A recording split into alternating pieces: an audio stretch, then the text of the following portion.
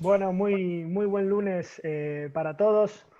11:03 de la mañana comenzamos con una nueva reunión de equipo junto a Juan Manuel Barrero, Hugo Rossi, Martín Calos, Matías Alonso Ron. También le agradecemos mucho a Mauge, que está detrás de la cuenta de Agromanagement, Luma Chay también del equipo, por ahí lo veo, se van sumando amigos y amigas de todos los lunes. Aprovechamos para mandarles un muy feliz día, que a través del Zoom y lunes a lunes ya nos sentimos amigos. Les recordamos que cualquier consulta a partir de ahora que empecemos con la ronda de novedades entre los integrantes del equipo, nos pueden escribir al chat privado de la aplicación, lo va a estar leyendo Mauge y vamos a estar contestando la pregunta en el transcurso de la hora, y también cualquier tema que nos quieran aportar, nos pueden escribir a agromanagement.global@gmail.com y son temas que vamos a estar charlando el lunes que viene. Así que le agradecemos a toda la gente que se va sumando. 20 de julio, invierno. Ahí está el amigo Julio César saludando. Y sin mucho preámbulo, le doy la palabra a Juan Manuel Barrero con todas las novedades contables impositivas. Hoy estuve hablando a la mañana con mi contadora Juan, así que vamos a ver cómo vienen esas novedades. Juan, todo tuyo, y aprovecho y te mando un muy feliz día también. Gracias, Gonza. Feliz día. También feliz día a todos los amigos que se van conectando. Viste la costumbre de decir amigos a todos, pero a todos los que se van conectando semana tras semana y que van forjando un vínculo con nosotros. Así que espero que esto siga así hacia adelante y por mucho tiempo. Bueno, hoy traigo algunas novedades, como siempre, de los beneficios del ATP. El ANSES ya en su página web comenzó a informar la fecha de pago del salario complementario. Estamos hablando de junio 2020, ¿no? Y a partir del viernes pasado, el viernes 17, se comenzaron las acreditaciones. Y también respecto al aguinaldo, que ya lo habíamos comentado en reuniones anteriores, que CAME había sacado un comunicado sobre, y le había pedido al gobierno sobre el tema de digamos, lo que es el aguinaldo, el medio aguinaldo que se paga en junio. Bueno, CAME sacó un comunicado la semana pasada que la Jefatura de Gabinete de Ministros y el Ministerio de Desarrollo Productivo estarían evaluando la propuesta, y que donde, bueno, se solicita que sea incorporado como uno de los beneficios del ATP para las empresas que están en crisis de hasta 40 empleados. Eh, Respecto a, ya pasando a temas impositivos, una buena de esta semana, que recién salida, es que ARBA acaba de sacar una noticia que los contribuyentes que tengan saldos a favor hasta 300.000 pesos pueden solicitar su devolución desde la web de ARBA y solicitar su reintegro de manera ágil y rápido. Esto se estima que en 72 horas. La verdad que uno va generando muchos contribuyentes, esto aplica al 96% de los contribuyentes tienen saldos a favor, pero es una iniciativa que beneficia a todos los contribuyentes de ingresos brutos, incluso a aquellos que tienen convenio multilateral. Es importante destacar que tienen que ser contribuyentes cumplidores y no tener juicios vigentes, pero esto es algo para tener muy en cuenta, porque es muy común que todos los contribuyentes acumulen saldos a favor en ARBA, y bueno, está bueno que por lo menos haya un proceso ágil y rápido para recuperar, aunque sea hasta 300.000 pesos. Obviamente que esto tiene que ver con contribuyentes más pymes, ¿no? O personas físicas. Después, respecto a la semana pasada, hablamos sobre la supermoratoria que se anunció. Este martes se firmaría el dictamen del proyecto, mañana, es decir, sobre la moratoria, que luego se elevará a diputados y tendremos mayores definiciones y sobre las especificaciones del proyecto. Ahora bien, los pago, las obligaciones que tengo que pagar este mes, o que se me han vencido, o espero a la moratoria. Aunque suele haber siempre dudas respecto a esta decisión, me gustaría aclarar algunos puntos para ayudar a clarificar la cuestión. Muchos productores nos viven consultando sobre esta decisión, si les conviene demorar el pago de los impuestos, pero bueno, como también hablamos acá en la reunión, es que el costo de esta decisión de patear los pagos al haber actualizado los intereses resarcitorios y al haber un nuevo sistema, esto aumenta el costo de esta decisión, pero bueno, con el pago de la moratoria, con el nuevo proyecto de la moratoria, que prevé una tasa de interés mensual del 2% hasta enero del 2021, tendría sentido esperar a la sanción de la ley, ¿no? Y optar por el plan de pagos de la moratoria, pareciendo ser que sea más beneficiosa, ya que los intereses que se cobrarían en la moratoria son menores a los intereses resarcitorios que vigentes, digamos, ¿no? Entonces, cada empresa deberá analizar la mejor alternativa a decidir, pero en principio pareciera que con la nueva moratoria convendría esperar para aquellos que están tomando este tipo de decisión. Y finalmente voy a hablar sobre la restitución del crédito fiscal de IVA. La semana pasada sacamos una nota en el Diario de la Nación y generó muchas consultas e interés. Por eso me pareció oportuno compartir brevemente el análisis de esta alternativa de optimización fiscal y que tal vez algunos no la conocen o algunos ya pueden empezar a pensar para aplicarla. La ley de IVA contempla la posibilidad de obtener la devolución del crédito fiscal de impuestos cuando se realicen adquisición de bienes de capital. Por ejemplo, una cosechadora, un implemento agrícola u otros bienes afectados a la actividad. También podría ser, no sé, construcciones o mejoras sobre, digamos, cualquier bien que tenga la empresa, ¿no? Por esto, pero bueno, esto, para poder pedir esta restitución, hay ciertos parámetros que debemos cumplir, que sin eso no nos van a aprobar, que primero, para que el fisco nos haga la restitución, tenemos que al momento que se solicite esto, los bienes de capital deberán estar integrados al patrimonio de la misma, es decir, tienen que estar contabilizados. Y segundo, que el monto restituido por el Estado, la empresa deberá aplicarlo para cancelar alguna declaración jurada de IVA a pagar en los próximos 5 años, 60 meses posteriores al mes de la restitución. Es decir, que si la empresa va a tener 60 meses para pagar el saldo a pagar por ese monto que nos restituyeron, o bien devolver la diferencia no ingresada. Esto es así: yo compro un bien, le pido a la FIP que me restituya ese IVA de ese bien, y después, una vez que ya lo tengo integrado a mi patrimonio, puedo pedir la restitución y debo usar ese saldo a pagar dentro de los próximos 5 años que hice la compra de ese bien. Entonces, aquí, digamos, más que nunca hay que pensar qué actividades desarrollamos y en qué momento vamos a realizar, porque tiene un componente financiero importante. Sabemos que muchas empresas agropecuarias no generan saldos a pagar normalmente de IVA, entonces tenemos que entender cómo planificar esto, ¿no? Por ejemplo, si la empresa adquiere un bien de capital y recibe ese monto de crédito fiscal, debe desarrollar actividades que generen en términos de 5 años posteriores el IVA a pagar. Si esto no ocurre, debemos devolver ese crédito fiscal, y esto desde ya contempla intereses si los tenemos que devolver. Es decir, si en el lapso de esos 5 años nosotros no tuvimos ninguna declaración jurada de IVA a pagar y no utilizamos ese saldo que nos restituyeron, debemos devolverlo con intereses, ¿no?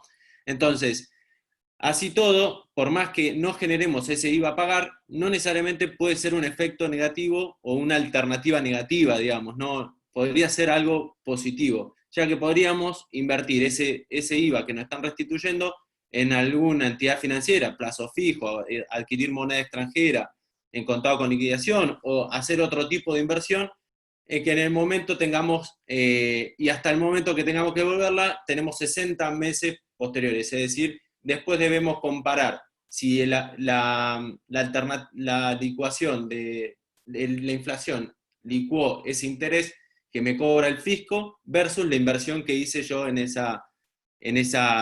esos activos, puede ser moneda extranjera. En este caso, ninguna alternativa es buena o mala, obviamente depende de cualquier empresa y la importancia y significatividad que tenga para la empresa, pero es importante analizar este tipo de alternativas, y si se decide ir por este camino de la restitución, trabajar, digamos, tener un plan para lograr ese objetivo. Así que espero que les sirva, y bueno, cualquier duda la podemos ver después, pero bueno, me parece que es una muy buena opción dado el contexto inflacionario que se podría llegar a venir en Argentina, que después Martín nos va a comentar. Con eso después, si quieren, seguimos hablando. Bien, gracias Juan. Ahora en un ratito retomamos con estos temas. Cualquier consulta que quieran hacernos, nos escriben al chat de Zoom. Vamos a estar leyendo y respondiendo la pregunta en breve. Muy buena información. Te dejamos tomar unos mates, que aproveches. Y ahora le damos la palabra a Hugo. Hace frío en Monte, Hugo. Sí, está más frío y húmedo, la humedad, lo que mata la humedad. La verdad que sí. Te vemos ahí abrigado. Bueno, Sí, espero sí. que... Ayer un falso veranito y duró 12 horas. Ayer coseché tomates de la huerta. Imagínate lo cambiado que está el clima en pleno Mirá, invierno. mirá. Bueno, te dejamos entrar en calor, Hugo, con todas las novedades. Dale, bueno, buena semana. Gracias por sumarse nuevamente. Es lindo, como decían ustedes y decías, Gonza, en la introducción, ver que se va formando una comunidad y que muchos de los que estamos hoy nos unimos lunes a lunes, así que está buenísimo eso. Era parte de la idea generar ese intercambio de esa comunidad. Novedades legales de la semana, bueno, salió el decreto de la nueva extensión, la nueva prórroga del aislamiento social preventivo obligatorio, el 605 en 2020. Nos vamos hasta el 2 de agosto para AMBA, este término que ya hemos acuñado, toda la provincia de Jujuy y el departamento de San Fernando en Chaco. El resto del país sigue en distanciamiento social preventivo y obligatorio. Ya hemos dicho varias veces que, por lo tanto, la gran mayoría de las actividades productivas están autorizadas, pero en muchos casos bajo protocolos específicos, así que los de ustedes que estén haciendo actividades productivas en cualquier otra parte del país, les recomendamos siempre chequear con las autoridades de la provincia o del municipio que no haya protocolos, porque permanentemente se están actualizando, así que es importante para en caso de que estén trabajando en alguna zona, hacerlo cumpliendo con las reglas. En la semana también se actualizó, mediante la disposición 13 del 2020 del Ministerio de Desarrollo Productivo de la Nación, la lista de precios máximos. En la gran mayoría son productos de origen agropecuario o de la cadena de alimentos y bebidas, lácteos, frescos, harinas, infusiones, bebidas, aceites, etc. En promedio fue una alícuota entre el 2 y el 4% de aumento. Esto ha generado bastante ruido en algunas cámaras sectoriales de algunas de estas producciones o de estas cadenas, porque consideran que obviamente no ha acompañado lo que viene de la inflación desde el principio de año, así que va a empezar a haber seguramente tensiones. Bueno, en alguna de esas cadenas ya empezó a haber, sobre todo con la pata sindical, que ahora vamos a comentar algunos avances respecto de la semana pasada. El presidente de la Nación anunció, siguiendo con las novedades de parte del Poder Ejecutivo Nacional, ¿no? En esta primera parte, el presidente de la Nación anunció que enviaría el proyecto de reforma judicial esta semana al Poder Legislativo. Este es un proyecto muy relevante, independientemente de los detalles que todavía no los conocemos y de cuál sea su tránsito en el Poder Legislativo. Lo comentamos acá en Agromanagement porque son proyectos que son de tanta base institucional para el país que suelen tener impacto en la economía micro de nuestras empresas, aunque a priori pareciera que no, y que es una discusión entre políticos, y que por supuesto nos interesa como ciudadanos, tienen, y esto Martín seguramente lo va a poder ratificar, este tipo de proyectos tan ambiciosos, y sin hacer juicio de valor sobre si es bueno, malo o conveniente el momento, definitivamente tienen impacto en muchas variables macroeconómicas que después se traducen en un impacto para la micro de nuestras empresas. Les comentábamos la semana pasada que había habido algunos conflictos entre algunos sindicatos de actividades del sector. Continúa la situación con la industria láctea. ATILRA, el sindicato, había hecho un paro, ustedes lo recuerdan, el día lunes, y habíamos comentado que probablemente el Ministerio de Trabajo de Nación dicte la conciliación obligatoria, porque es una operatoria que ya ocurrió con este sindicato y con esta cadena en años anteriores. De hecho, el año pasado pasó así y hubo que llegar a conciliación obligatoria para acordar. Bueno, efectivamente, lo que anticipamos ocurrió. El Ministerio de Trabajo dictó la conciliación obligatoria. El viernes de la semana pasada debía haber habido una reunión entre el sindicato y la cadena para intentar llegar a un acuerdo. Se pospuso y esa reunión va a tener lugar pasado mañana al mediodía.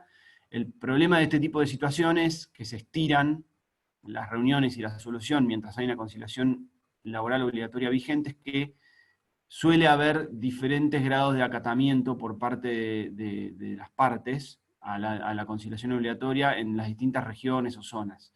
Y eso genera diferentes complicaciones en algunos casos y en otros lados sin complicaciones donde hay acatamiento y se puede trabajar normalmente, y puede tener impacto en la competencia entre estos actores. Así que es clave, ojalá que el miércoles ocurra esta reunión postergada, y ojalá sea con algún acuerdo, vamos a seguirla atentamente, y seguramente la semana que viene tenemos novedades. También hubo un bloqueo de camioneros, no solamente a lo que por ahí muchos escucharon en Mercado Libre, sino a 2 plantas y un puerto de la empresa Arauco en Misiones. Lo comentamos esto más que lo de Mercado Libre porque tiene que ver estrictamente con nuestro sector, aunque Mercado Libre distribuye también alimentos. Hay un pedido de conciliación obligatoria, mismo mecanismo, pero básicamente, entre otros reclamos, aquí el reclamo del sindicato de camioneros es que se le agregue un 30% de adicional a sus empleados por manejar bitrenes, esta nueva modalidad de transporte. Vamos a ver si ocurre esa conciliación obligatoria y si la actividad de la madera puede continuar trabajando. Un acuerdo interesante también de la industria alimenticia, McDonald's y la Cámara Argentina de la Industria del Software, que pareciera una muy distante de la otra, hicieron un acuerdo teniendo en cuenta la pandemia, esto es interesante para tenerlo en la coctelera, para transferir empleados de McDonald's a empresas de software por 3 meses. Incluye la obligación de capacitar a esos empleados y la posibilidad de tomarlos de manera permanente. Obviamente las cadenas de alimentos, como es el caso de McDonald's, están con una reducción de actividad muy importante, y distinto a lo que ocurrió en otros casos, que se acordó suspensiones temporarias, en este caso McDonald's encontró esta otra beta, que es transferir a una industria que a priori no tiene nada que ver con las capacidades de sus trabajadores, laburantes iba a decir, trabajadores, por 3 meses y de paso capacitarlos. Muy interesante el antecedente.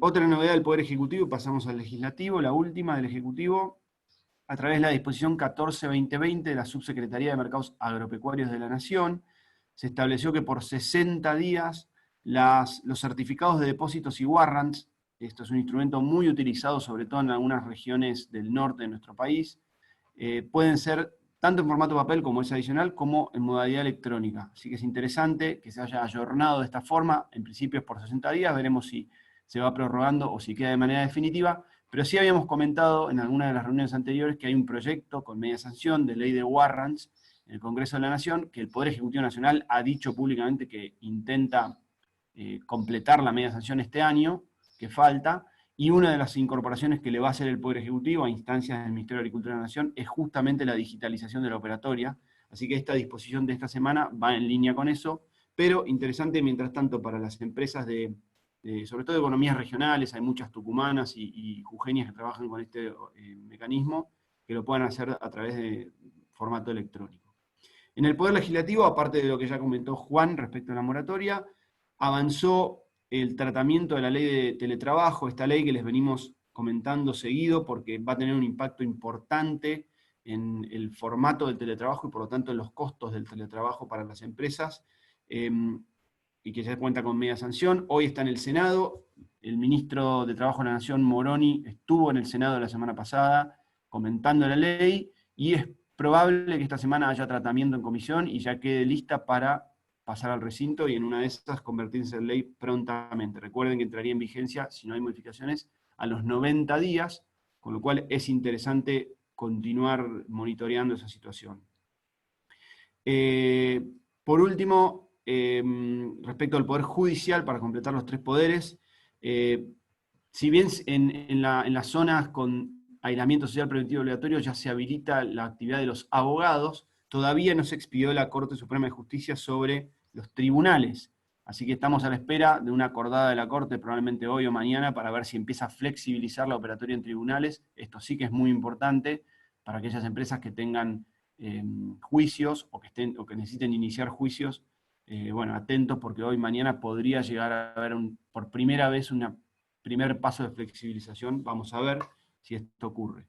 Y lo último, un detalle pero interesante, salió un fallo de la Cámara Nacional de Apelaciones del Trabajo que cambió, dadas las circunstancias de coronavirus, la forma en que se tienen que homologar los acuerdos de conciliación entre empresas y empleados, que debe ser personal normalmente. Bueno, lo permitió por carta documento. Así que se agilizó, dada la pandemia, la forma de ratificar los acuerdos conciliatorios. Bueno, quedan algunos otros temas, pero para darle el pase a los chicos, por ahora vamos con esos. Muchas gracias, Hugo. Interesantísima la información. Después quiero volver un poquito a lo de McDonald's y la industria del software. Mati había comentado algo la semana pasada, si mal no recuerdo, sobre esta posibilidad de hacer un pase, que me acuerdo que pensé en el mercado futbolístico directamente, decir, va a préstamo, lo formás y vuelve cuando esté la situación mejor en el club. Martín Calos, con toda la información económica y entre otras cosas. ¿Cómo anda, Martín? ¿Todo bien? Puedo dar muy bien. Feliz día a todos los amigos y amigas Feliz que andan día. al lado. Puedo dar muchos ejemplos de veces que Platense ha formado jugadores a préstamo de otros equipos, sobre todo de River. River no solía prestar mucho. Bueno, recordamos que Martín es un hincha fanático y conocido de Platense. Bueno, llegaste ahí en el Mundial de Platense, estuviste ahí avanzando algunos casilleros entre hinchas en Twitter, ¿eh? hablemos de economía entonces. Le recordamos a la gente, antes de que arranques, que cualquier pregunta que nos quieran hacer, al chat de la aplicación la vamos a estar contestando ahora en un ratito. Nos escriben por privado. Mauge está detrás de la cuenta de Agromanagement. Y ahora sí, lo escuchamos atentamente a Martín. Bueno, voy a hacerle caso al pedido que hizo un habitué de esta reunión de los lunes. La otra vez por Twitter me consultaba sobre la inflación, Julio Ramos, que anda por ahí. Así que hablemos un poquito de inflación y de qué está pasando y de qué podemos esperar, ¿no? Los últimos datos de la semana pasada son los de la inflación minorista, la inflación del IPC, la inflación al consumidor, que es lo que habitualmente se difunde como inflación, que dio 2,2% en junio. Un poco más alto que los 1,5% que habíamos tenido en cada uno de los 2 meses anteriores, y muy impulsado, y esto llamó la atención, por ropa, por indumentaria, calzado. Y ahí obviamente acá hay que empezar a pensar qué es lo que está pasando con la dinámica, porque además de ropa, otras de las cosas que fueron aumentando bastante los precios incluyeron, por ejemplo, tabaco y algunas cuestiones de mantenimiento del hogar, todas cosas que en los meses previos no se podían hacer, básicamente, o no estaban produciendo la fábrica de cigarrillos, cosa que pasó durante parte de la cuarentena, o no estabas pudiendo, por ejemplo, hacer recreación y cultura es un rubro que aumentó bastante en junio.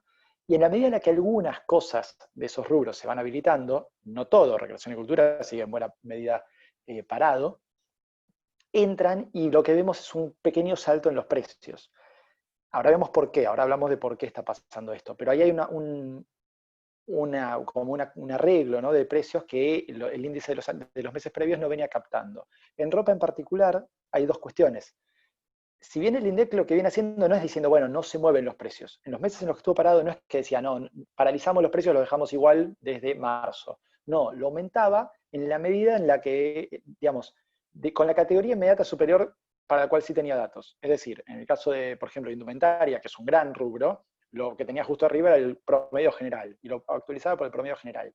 Pero evidentemente había algo ahí subyacente, de costos seguramente, que cuando reabrió el rubro, tuvieron que decir, bueno, hay un salto más, además de la inflación que ya le veníamos calculando, estimando, que no podíamos medir, hubo un salto más de costos. Ahí, justo para el rubro indumentaria y calzado, tiene que ver obviamente con movimientos del tipo de cambio paralelos, de los tipos de cambios paralelos, que en esa cadena que tiene mucha informalidad incide. Piensen que mucho ahí viene de importados que o no se están pudiendo hacer o se están haciendo a un dólar un poco más caro porque se hace el paralelo. Es un rubro muy particular en eso. En el promedio de la economía no hay tanto peso de los dólares paralelos, pero en algunos rubros puntuales sí. La inflación mayorista, que también salió la semana pasada, dio 3,7%. O sea, una aceleración también, pero ahí viene muy influida porque en junio ajustó rápido el tema de hidrocarburos, precio de petróleo y gas, sobre todo petróleo, el barril de petróleo, que se acordarán, sobre todo quienes producen maíz, porque viene siempre muy, muy a cuento, ¿no? Vienen siempre alineados, había tenido problemas muy grandes con el precio con la crisis del petróleo que desataron Arabia Saudita y Rusia en marzo. Bueno, el ajuste de los precios internacionales que siguen recuperando y la opción del barril criollo acá en Argentina fueron ajustando el precio y hizo que saltara 30% en un mes. ¿Sí? De mayo a junio, 30% de los precios de todo lo relacionado con hidrocarburos. Y eso es lo que ajustó entonces el índice mayorista. Ahora bien, estamos hablando de una inflación minorista, la del consumidor, que está abajo de 43% en los últimos 12 meses, y la mayorista abajo de 40%. Entonces la pregunta es, ¿y a futuro? ¿se puede sostener una dinámica de inflación que siga bajando o que se mantenga en estos niveles? Digamos que 40% de inflación, comparado con los 2 años previos de 50%, uno dice, casi te diría, no te digo compro, pero es una mejora. Y ahí lo que hay que pensar son dos cosas. Por un lado, sí, bueno, pero la inflación de los últimos 6 meses, ¿no? De los primeros 6 meses del año, 13,6% de la inflación minorista en 6 meses, con el dólar quieto, el dólar oficial, que es el más importante a la hora de calcular costos para la gran mayoría de las empresas, con salarios que no aumentaron, en todo caso se dieron algunas sumas fijas, poco, ahora hablábamos de los salarios un poco, pero poco aumento por paritaria, con tarifas de servicios públicos planchadas, con muchos otros precios acordados, regulados, controlados de alguna manera, naftas, obras sociales, medicamentos. En general tenés un montón de motivos para pensar que la inflación debería ser recontra baja y aún así tenés, en 6 meses, 13,6%. Más bajo de lo que veníamos a ritmos arriba de 20 por semestre, pero complicado si uno piensa que eso fue con todos esos precios parados. Bueno, a futuro, empecemos por el futuro inmediato, julio. Tenemos aumento de precios, que esto lo mencionamos hace 2 semanas, de todos los que está en la canasta de precios cuidados y precios máximos. Ahí algo también te va a impactar. Pero el resto de las cuestiones viene también planchada, el dólar, las tarifas de servicios públicos, etc. Con lo cual seguramente sigamos teniendo inflaciones relativamente bajas, en este orden del 2% mensual. Seguramente, digo eso hoy que estamos a 20 de julio, quedan 10 días y puede pasar cualquier cosa, pero por ahora pinta un mes que vamos a seguir con estas inflaciones relativamente bajas. Pero con la mirada a futuro, tenemos que entender bien esto. Con la economía parada por la cuarentena y con una salida muy gradual y con la industria funcionando al 50% de su capacidad, no va a haber un problema de exceso de demanda, que siempre es uno de los grandes alicientes a la inflación. Pero sí podemos tener temas con los costos, el dólar, las tarifas, todos estos precios que siguen retrasándose y en algún momento van a tener que actualizar. El gobierno va a tener que dar ahí una pauta de aumento en algún momento. Los salarios es el otro componente del costo que hay que ir mirando. Ahí los chicos lo mencionaban, tanto Juanma como Hugo mencionaban conflictos sindicales con el tema salarios. Pero tampoco parecería ser el mayor problema en el corto plazo. Básicamente, en los últimos 4 años se ha diluido mucho en muchos rubros el peso del salario en la estructura de costos, y fíjense lo que acaba de acordar Bancarios, que es un rubro, es un sector, un sindicato que suele tener poder de negociación y acaba de negociar 26% de aumento. No parece un número preocupante en términos, si uno compara con esta inflación que estamos mirando, ¿no? Ahora, último, y con esto cierro, ¿qué pasa con la emisión monetaria? Que es la pregunta que todo el mundo siempre hace, porque obviamente está esta asociación, que es lógica, es válida y existe, entre emisión monetaria e inflación. Y cuando uno escucha, lee que en los últimos 3-4 meses, ¿no? Desde que empezó la cuarentena, el Banco Central emitió un billón con B larga, 1 millón de millones, 100.000 millones, ¿no? 1,1 billones, es difícil estos números así de grandes, de pesos, ¿sí? Uno dice, ok, acá tenemos un problema.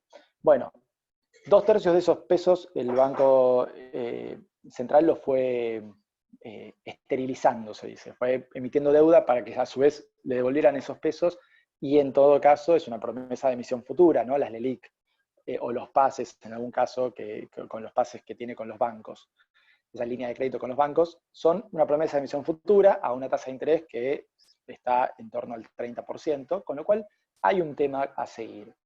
Pero no hay un problema hoy, porque con la velocidad de circulación reducida por la pandemia, ¿no? Por la cuarentena, ese dinero hoy no está generando una tensión inflacionaria. La pregunta es, ¿lo puede generar el día de mañana semejante emisión? Y además la emisión que puede seguir habiendo, porque estamos todavía en una pandemia y las políticas públicas hoy solo se pueden financiar con emisión. No hay deuda y la recaudación está caída. Bueno, de vuelta, varias cuestiones a tener en cuenta. Una, que el Banco Central tiene herramientas y margen para seguir emitiendo deuda y entonces ir manejando el problema en forma gradual, ¿no? También la cuestión de que obviamente esto va a ser una salida gradual y no necesariamente ese dinero entre todo en circulación a la vez. Pero bueno, es un tema a seguir teniendo en cuenta. Hoy por hoy no hay elementos para pensar que se vaya a disparar la inflación, sí a subir. ¿sí? Es distinto. ¿Va a subir la inflación? Seguramente, porque tenemos todos estos componentes de costos y estos pesos dando vueltas latentes que en algún momento algo van a influir. Pueden ir a dólar, pueden ir a demandar un montón de cosas que aumenten costos. Pero no hay un riesgo, y esta es la pregunta que nadie hace, o que todos hacen y que nadie me hizo hoy acá, pero no hay un riesgo de una aceleración muy alta, y por supuesto estamos muy lejos de algún tipo de hiperinflación o algo así. Digo, un tema a seguir de cerca, a seguir mirando, pero bueno, quería ahí marcar el escenario que estamos viendo.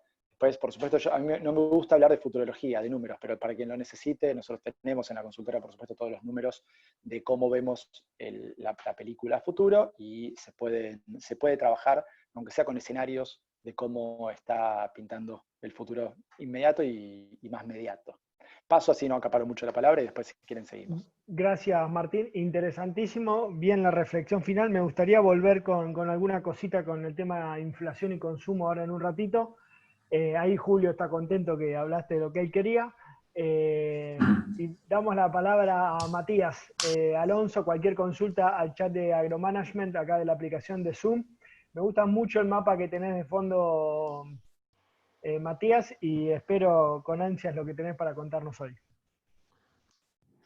Sí, el mapa es para ver a dónde no nos vamos a ir de vacaciones este año. Estábamos hablando con Gonza antes de arrancar el programa y estábamos diciendo, bueno, Necochea, con suerte. Pero no, hay que tener esperanza. Me dio pie lo que comentó Huguito, que algo había comentado la semana pasada, yo lo comenté como muy por arriba. Huguito hizo como un poco más de detalle entre este acuerdo cooperativo entre, creo que era Mercado Libre y McDonald's.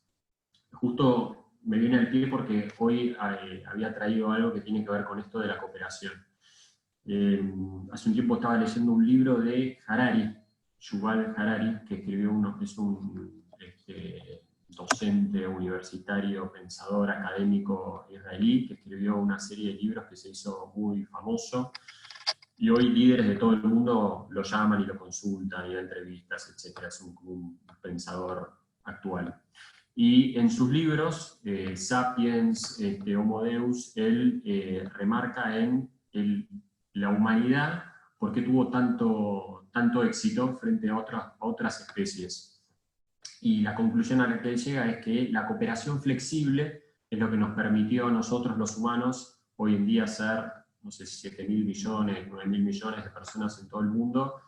Llegamos al espacio, estamos en todo el planeta y dominamos a la Tierra.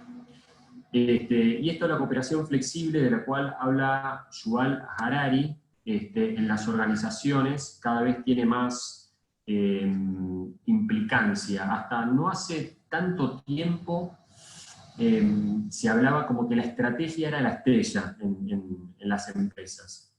Tanto las universidades como las consultoras, las revistas académicas, las investigaciones, toda la bibliografía ponderaba lo que era la estrategia. La estrategia era como la madre de todas las cosas dentro de una organización. O sea, si ponías todos los cañones en la estrategia y era la adecuada, iba a ir bárbaro y no importaba tanto lo otro.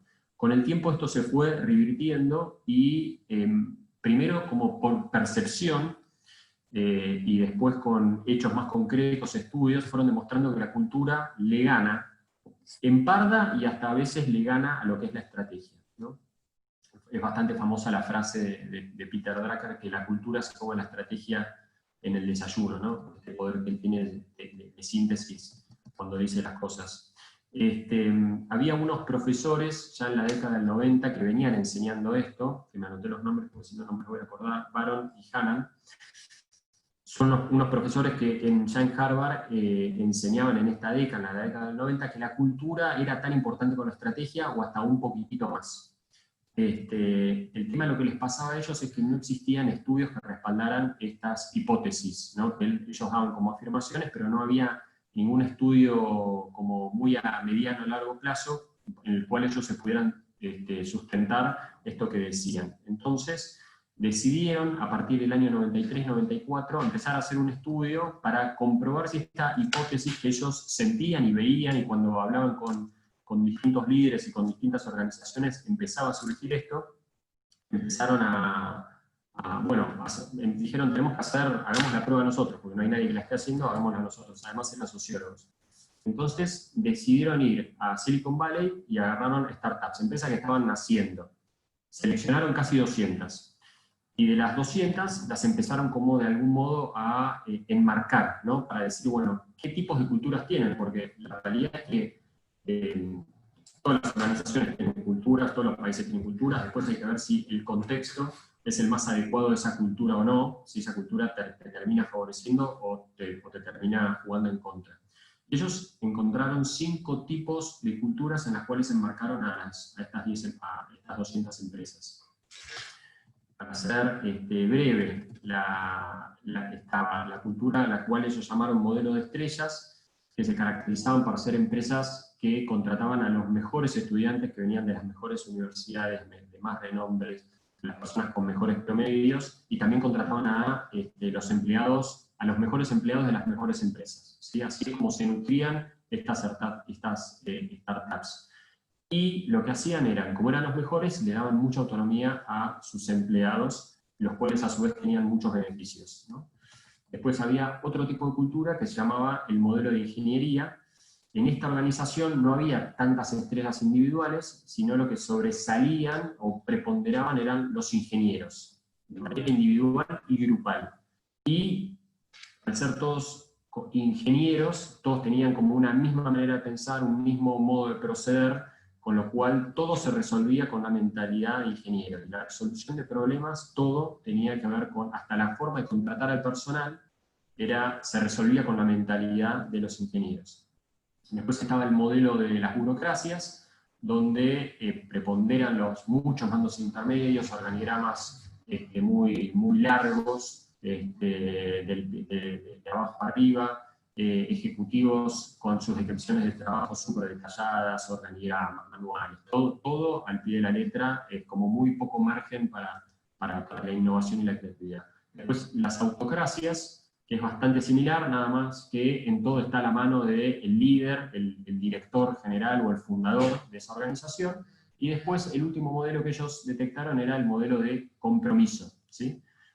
Un modelo donde se le daba bastante importancia al desarrollo del capital humano, ¿sí?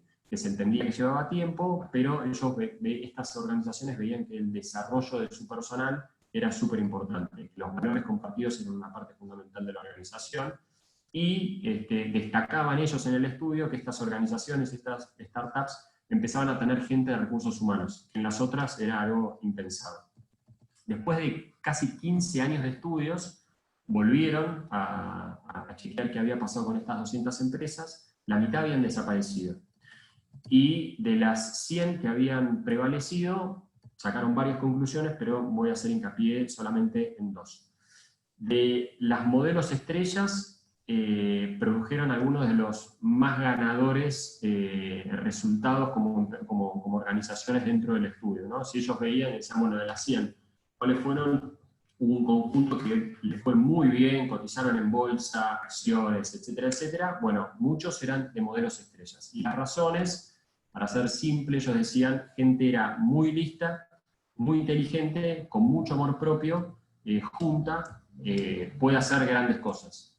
Pero también detectaron que de las empresas que fracasaron estrepitosamente, la gran mayoría habían sido también modelos de estrellas. Y las razones que ellos daban eran las mismas, ¿no? Mucha gente muy inteligente, muy lista, con mucho amor propio, junta, también puede ser un gran problema. Y lo que remarcaban acá como súper interesante, y ellos estaban como muy contentos porque sustentaban lo que venían diciendo hace mucho tiempo en sus clases en Harvard, era que de las 200 empresas que estudiaron, solo las empresas que tenían este modelo de compromiso fueron las únicas que no estuvieron en el grupo de las que habían desaparecido, ¿no? Y eso ya era un indicador.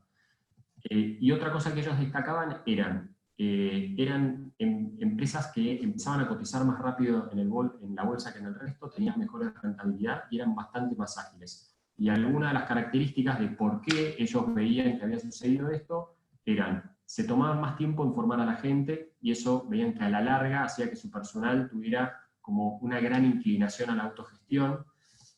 Todos conocían los valores de la organización, con lo cual ahí había una especie de cohesión grupal que eran muy sólidos entre todos, y la parte colaborativa era uno de estos valores, lo cual hacía que no perdieran tiempos en peleas sin sentidos internas, entonces no se gastaba energía, y a su vez tenían un mejor conocimiento de sus clientes, estaban muy cerca de sus clientes, y eso hacía que olieran las tendencias del mercado más rápido y fueran más ágiles en adoptar cambios que beneficiaran a la organización. Y por último, decían que detectaban que había como un sentimiento de confianza muy fuerte entre toda la organización, tanto entre los directores como los trabajadores, y también incluían a los clientes.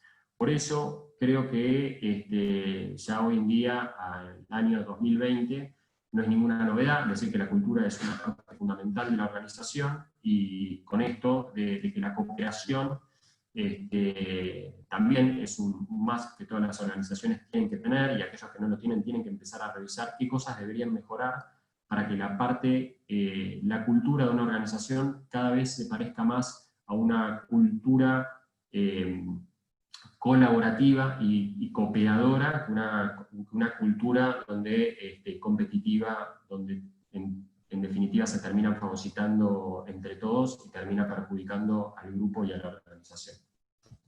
Es un poco la conclusión de lo que quería Gracias traer. Mati. Cooperación, nos llevamos esa palabra. Cooperación flexible.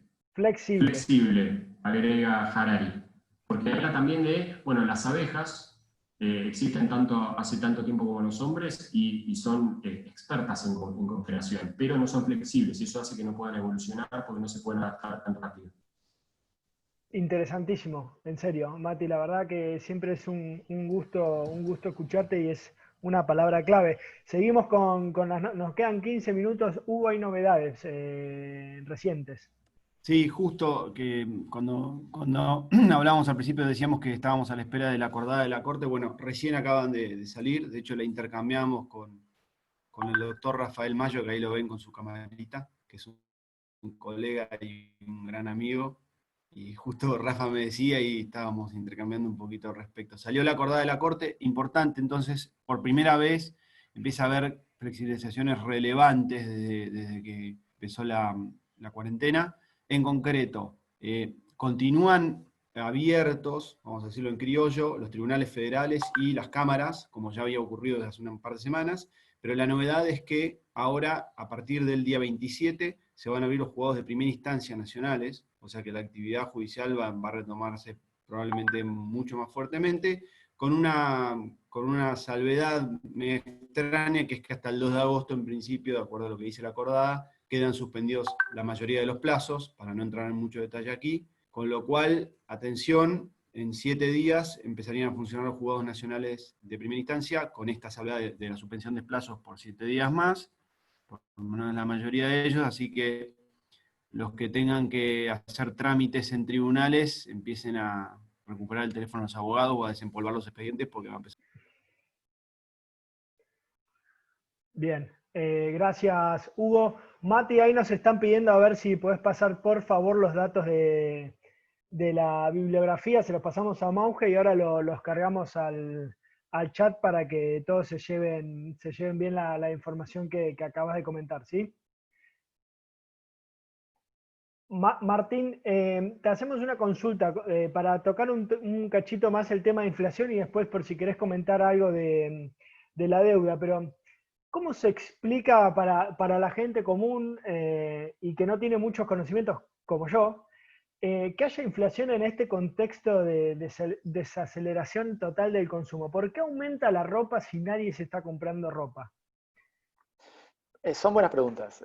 No son tan fáciles de explicar, ni siquiera para alguien que sea experto o experta en el tema.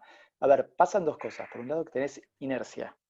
Hay mecanismos de ajuste inercial que se mantienen, y uno de los problemas que tiene Argentina en este momento es que está con inercia alta. Y eso es un poco lo que estamos viendo en este 13,6% de inflación que acumulamos en 6 meses, con todos estos precios congelados, parados, frisados que decíamos recién. 13,6 es altísimo. O sea, Argentina sigue teniendo por mes inflaciones que en el resto del mundo existen por año, y no tiene mucho sentido con tantos precios parados. Precios que son importantes, digo, no estamos hablando de cualquier precio, estamos hablando de los dólares, estamos hablando de las tarifas de servicios públicos y en algunos casos de los salarios. ¿Qué otros componentes de costo importantes puedes tener? Y encima con la caída de los precios de los hidrocarburos que tuviste, que también te ayudó a bajar en el primer semestre los precios. Por eso hay que pegarle un ojo a qué va a pasar ahora con los precios mayoristas, que hasta acá tenías un ancla ahí que venía bajándolos y ya no tanto.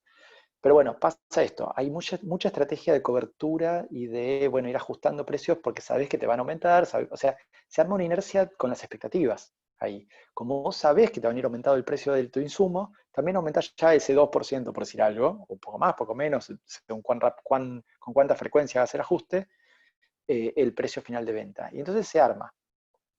Siempre hay un tema, y esto lo digo rápido, a veces, aunque parezca gracioso, es más fácil para la política económica pensar cómo bajar la inflación si estás en una hiper o en una inflación altísima, que en estos niveles de inflación que tiene Argentina estos últimos años. Porque esto, que no llega a ser un régimen de alta inflación, sino que es un régimen de inflación moderadamente alta, o hay un intermedio ahí, es mucho más difícil porque te arrastra una inercia y vos no podés destruir todo para corregirlo. Necesitas una política mucho más integral, consistente de salida de esto, con políticas productivas. No sirve ni dejar de emitir, ni controlar el dólar. Digo, las estrategias que han tenido los gobiernos, los últimos 2 gobiernos, ¿no? Macri y Cristina, no me quiero meter en temas políticos, pero los dos han tenido problemas porque tenían problemas de mirada de mediano plazo. En el corto te ayuda, pero en el mediano y largo no. Bueno, por ahí va. Y puntual, lo último que me decías, ¿por qué aumenta la ropa o aumentan cosas que en este contexto de falta de demanda? Bueno, además de esto de ajustar costos de golpe después de 1 mes y medio, 2 meses, 3 meses parado, es un tema de dispersión de precios. Al haber menos competencia, porque mucho local cerrado, depende de la región del país, ¿no? No está tan claro el precio de venta o a qué precio competís. Y también la inflación medianamente alta te genera esto. Te encontrás el mismo producto. La otra vez probé, di una vuelta acá, en 5 cuadras, 5 kioscos, un chocolate, varió entre 110 pesos la tablita esa, 110, 120, 110, lo encontré entre 110 y 160. Es un montón de diferencia, 50% de diferencia casi. ¿Por qué? Y bueno, porque nadie sabe el precio con estas inflaciones que estamos manejando. Entonces el mismo jean te lo venden en un local a un precio, no sé porque hace mucho no compro jeans, y en el otro por ahí 25% más caro o más barato. Y ese problema también te lo genera este régimen de esta dinámica inflacionaria, pero la salida de la cuarentena en particular, porque este tema de no tener tanta comparabilidad, ahí te jode. Hugo, querías preguntar algo. Sí, no, dos brevísimos comentarios y una para Martín. Una que la venimos conversando con Juan Manuel.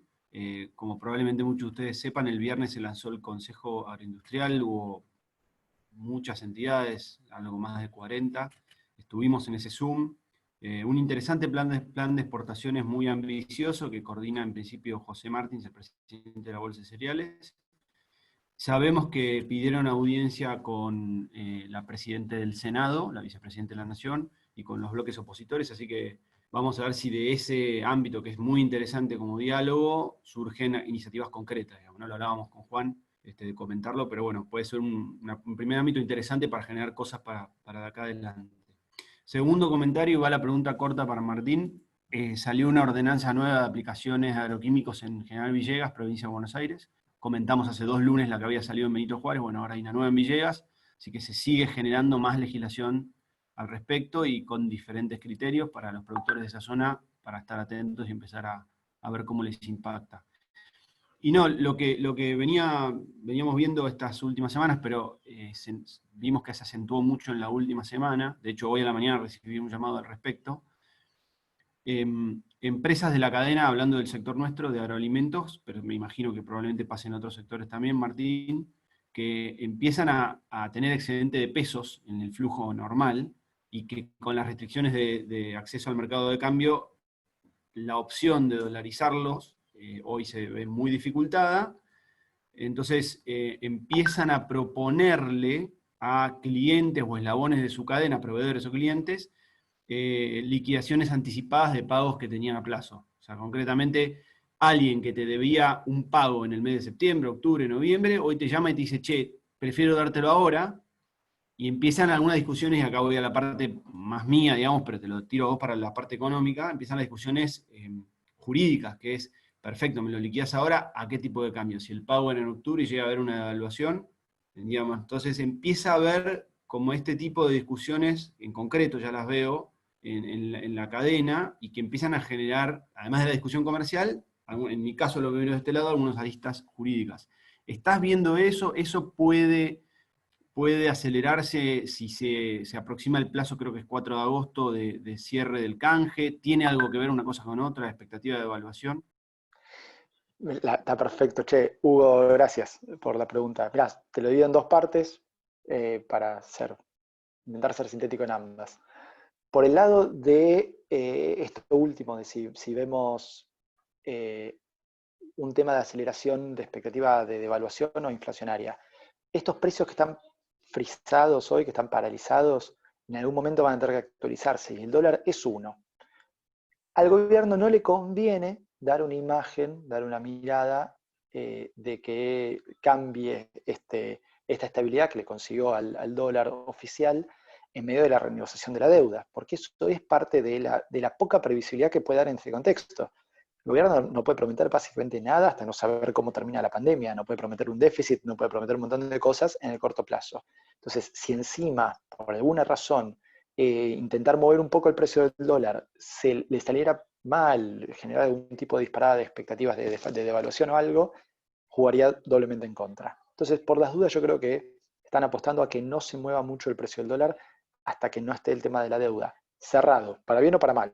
Yo sigo diciendo que soy optimista en que se puede acordar, pero depende de voluntades, y los tiempos no son claros. Esto que decís vos, 4 de agosto es la fecha límite, hoy puede estar para negociar, pero se puede extender indefinidamente en la medida en la que haya consenso para extenderlo. Bueno, ¿qué pasa si se extiende mucho? No sabemos, quizás en el medio haya que meter un cambio en el tipo de cambio, pero sí está claro que el gobierno tiene hoy un contexto en el cual le serviría aumentar un poco el tipo de cambio. Y no lo hace por la negociación de la deuda y dar cierta estabilidad a esas expectativas para la negociación y también para no seguir complicando el panorama interno, que está bastante peliagudo ya por sí con todo lo que está pasando. Me olvidé cuál era la segunda parte que iba a decir. Perdón. No, pero a ver, Has dicho concretamente, muchas cosas. sí. Para no quitar más tiempo, pero es ese punto, porque veo que se aceleran, la semana pasada se aceleraron este tipo de ofertas de negociación, de adelantar pagos y fijar tipo de cambio hoy, y quizás, me lo estás respondiendo, una razón puede ser que se acerca la fecha del 4 y hay una expectativa de, para bien o para mal, cerrar el tema y que eso pueda tener un impacto en el tipo de cambio. Que el tipo de cambio pueda subir después, sí. Ahí me acordé de lo segundo que iba a plantear, que es el tema del manejo del flujo de fondos, que es muy complicado en este contexto porque siempre has tenido, bueno, acceso a distintos instrumentos que hoy están, por alguna razón, bueno, no accesibles, sea porque los fondos comunes de inversión, el dólar, todos tienen distintos problemas. Yo veo, y esto es una consulta frecuente, y les armamos los planes de negocios, los flujos de fondos a nuestros clientes, y hay dos grandes cuestiones. Hay quienes siguen manejando una parte, al menos de sus fondos, con plazos fijos, básicamente porque es lo que le da cierta seguridad de que aunque pierden poco contra la inflación, y le da cierta seguridad de que tienen un flujo, ¿no?, entrante en un plazo determinado en el cual saben que tienen que después usar esa plata para pagar algo, etc. Es lógico, no hay muchas mejores opciones para ese tipo de manejo. El otro es ahí una apuesta ya a mediano plazo, y ahí cae de vuelta.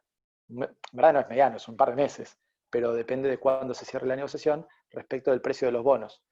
Hay bonos que quienes los compraron en los últimos meses hicieron un muy buen negocio. De hecho, los precios de los bonos, te diría que en pesos, en lo que va del año, algunos casi que se duplicaron. Casi, no llegó ninguno a duplicarse, pero casi. O sea que en 6 meses ganaste el doble de lo que habías puesto hace algunos meses, ¿no?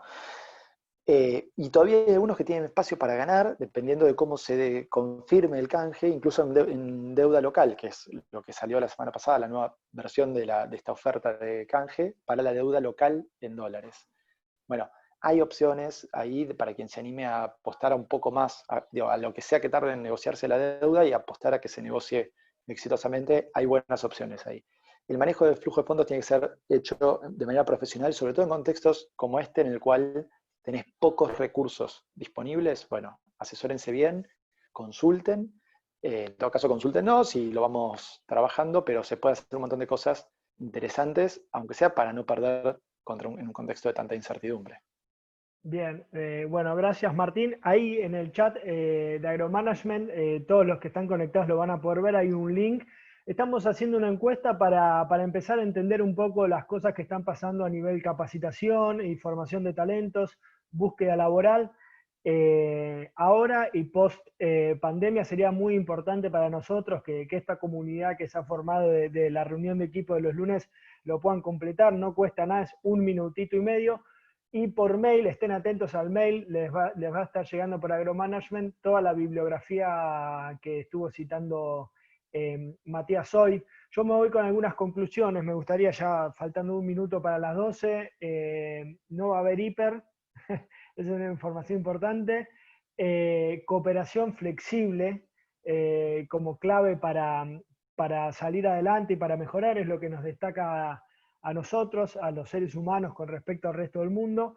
Y algo importante que me parece que lo comentó Hugo sobre el final, y bueno, lo estábamos charlando con Juan Manuel, la agroindustria se empezó a posicionar como, bueno, empecemos a hablar, empecemos a juntar voluntades y empecemos a tener un plan macro, superador y mucho más amplio, más allá de la pampa húmeda, para hacer una política agresiva de reactivación, de exportación y de generación de empleo y de divisas. Me parece, y para irnos con un mensaje esperanzador, que el rubro de la bioindustria, de la agroindustria, del agro, del campo, como quieran llamarlo, de las economías regionales, va a jugar un papel clave frente a todos los desafíos que tenemos y tenemos que ser protagonistas. Y me parece que este espacio habla mucho de eso. Más allá de cuestiones políticas, que nosotros siempre nos posicionamos por encima de todo eso, me parece que se viene un desafío muy grande y ya se están empezando a dar las señales desde lo político, desde lo público, desde lo privado, es decir, hay que encarar para aquel lado y hay que hacerlo dialogando y teniendo esto en cuenta porque es la solución. Ahí Juan me levanta la mano antes de despedirnos. Sí, respecto a lo que decían Hugo y vos, me parece importante que esto puede ser tomado como similar a lo que fue la ley de promoción de software, que hoy es la tercera industria que más exporta, de mayor generación de divisas para la Argentina.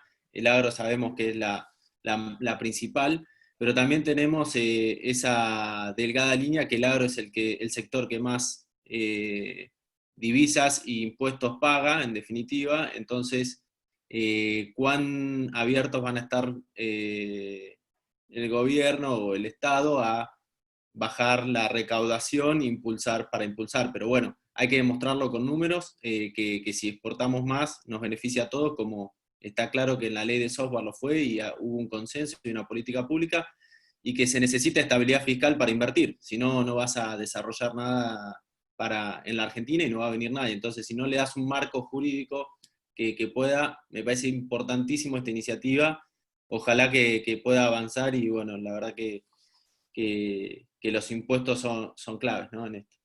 Ojalá, es una política fiscal, es una política legal, de marcos, de seguridad, de a largo plazo. Bueno, se ha instalado mucho el término de que se hizo algo parecido en Vaca Muerta. Bueno, ¿por qué no empezar a pensar en el sector privado y exigir que también haya una política a largo plazo para la agroindustria, para la bioindustria, como quieran llamarlo? Nos vamos con todas esas cosas en la agenda y en la cabeza también. Nos hemos informado muchísimo, les agradezco mucho a todas las personas que se suman todos los lunes. Aprovechen la semana, vamos a estar subiendo toda esta conversación a YouTube en el transcurso de hoy y mañana. Los saludo a todos y a todas y les agradezco mucho haberse conectado. Buena semana para todos. Gracias. Buena semana. Hasta luego.